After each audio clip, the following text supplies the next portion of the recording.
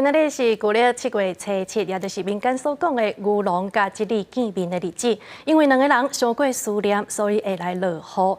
气象局就解释讲，其实台湾的8月份唔是西北雨，就是风台雨，所以7月初7的落雨确实是有符合台湾的天气形态。也那今仔日嘛是同款落雷公雨的天气。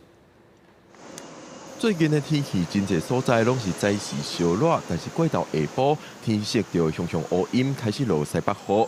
气象局讲，到这个拜五为止，山区刚出现局部大雨，尤其伫西半部的山区，落雨的时间可能会较长。中午以后可以看到午后雷阵雨下来了，其中在山区容易出现局部性的大雨，甚至有些山区的雨到晚上还会再下，会下到比较晚的时间。今天晚上到明天清晨，午后阵雨的情况停止了，但是可以看到嘉义以南的沿海可能会有断续的降雨。气象局估计，这款天气形态8月开始会小可改变，因为台湾附近改透偏东风，东部会有短暂阵雨，其他所在同款拢是过道阵雨的天气。另外，今仔日是旧历7月初7，传说因为牛郎甲织女相见面，两人的目屎致使逐年的7月拢会落雨。